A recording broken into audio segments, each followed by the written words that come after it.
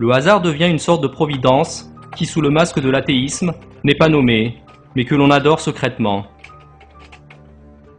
Ces mots appartiennent au célèbre zoologiste Pierre-Paul Grasset, ancien président de l'Académie française des sciences, et lui-même évolutionniste, qui récapitule comment les évolutionnistes adoptent le concept de hasard comme étant leur Dieu.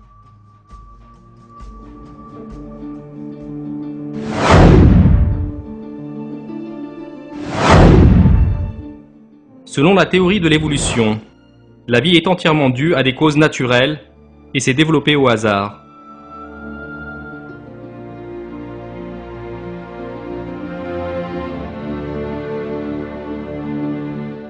Autrement dit, les évolutionnistes considèrent le hasard comme étant divin et prétendent que c'est tellement sensé, conscient et puissant, comme s'il était capable de créer tous les systèmes délicats et les êtres vivants dans l'univers.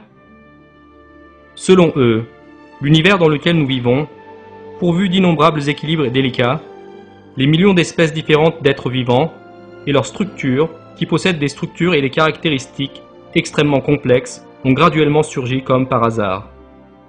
Cependant, le fait est qu'aujourd'hui, de tels domaines scientifiques comme la biologie, la paléontologie, la génétique, la biochimie et la microbiologie ont prouvé que la vie ne pourrait jamais en aucune façon surgir par hasard et dans des conditions naturelles.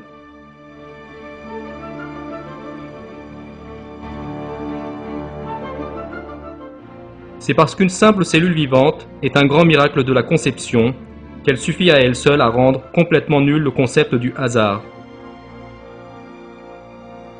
Cette intention supérieure et la conception des êtres vivants est l'une des preuves qu'ils ont été créés par Allah, Seigneur de la sagesse supérieure et de la connaissance infinie. Au cours de ce film, nous verrons comment les équilibres impeccables dans l'univers et les structures miraculeuses des êtres vivants rendent totalement nulle l'idée que la vie est surgie par hasard. Nous témoignerons aussi de la façon dont les évolutionnistes sont entrés dans l'impasse du hasard pour éviter d'admettre la vérité évidente de l'existence d'Allah.